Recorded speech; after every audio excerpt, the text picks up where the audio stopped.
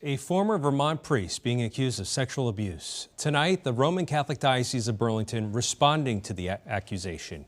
Here's NBC5's Liz Streppel with the story that goes back decades. When Robert Hotzen shows up somewhere, he usually brings this sign because it's usually for the same reason. I'm a former religious brother and a former priest, and I was fired for helping sexual abuse survivors. He's in Burlington to support a sexual abuse survivor, now a man in his 60s, who's sharing his story of alleged abuse at the hands of former priest named Robert Carlin. He says the abuse happened in the 1960s at St. Paul Vianney in South Burlington. Shortly thereafter, Carlin was placed off duty outside the diocese. Carlin died in 1980. Here's the victim's lawyer, Mitchell Garabedian, who has represented countless victims in the Boston Archdiocese sex abuse scandal. My client was approximately 9 years old. He was an altar boy.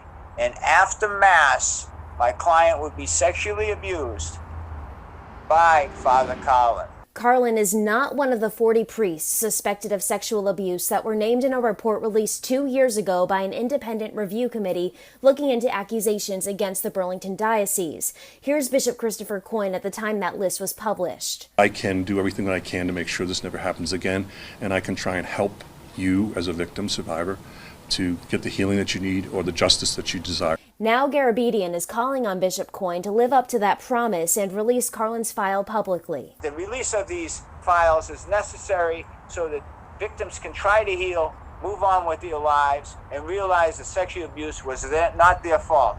NBC5 News reached out to the Roman Catholic Diocese of Burlington, which says it's committed to a policy of transparency and honesty regarding any allegation of sexual abuse of a minor by clergy. It says a member of the Independent Review Committee has looked over Carlin's file.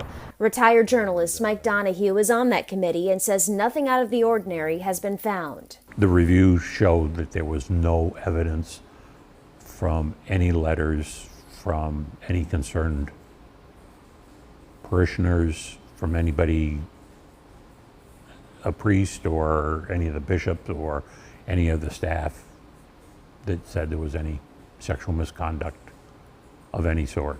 He says the committee will look over any files that come into question, but as of right now, there are no plans to add Carlin to its list of suspected pedophile priests. As for Carlin's file, the diocese says it will engage in a fair legal process, which could include releasing the file to resolve any outstanding claims against it. But he's adamant that he wants to see this process through to the end. Until that happens, Garabedian and Hotzen want justice for the man they're standing here for, who's held in a dark secret for decades.